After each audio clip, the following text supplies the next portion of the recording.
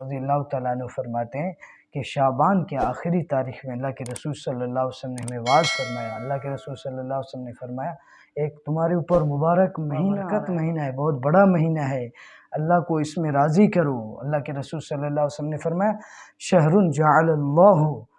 جعل اللہ صیامہ فریضۃ وقیام اللیل، کہ اللہ تعالیٰ نے اس کے روزے کو فرض فرمایا ہے، وقیام لیلہ تطوعا، اور رات کی قیام یعنی تراویح کو اللہ تعالیٰ نے فرض ثواب کی چیز بنایا ہے۔ اللہ تعالیٰ نے تراویح کو، تراویح حدیث میں آتا ہے کہ ہر سجدے، تراویح کے ہر سجدے پر 1500 نیکیاں ملتی ہے۔ اللہ تعالیٰ 1500 نیکیاں، 20 رکعت، ہر سجدے پہ 1500 نیکی، تو تراویح کے 20 رکعت ہے، 20 رکعت کے 40 سجدے ہو گئے، 40 سجدوں کے 60,000 نیکی اللہ تعالیٰ عطا فرماتے ہیں، اور ہر سجدے پہ ایک محل جنت میں اللہ تعالیٰ عطا فرماتے ہیں۔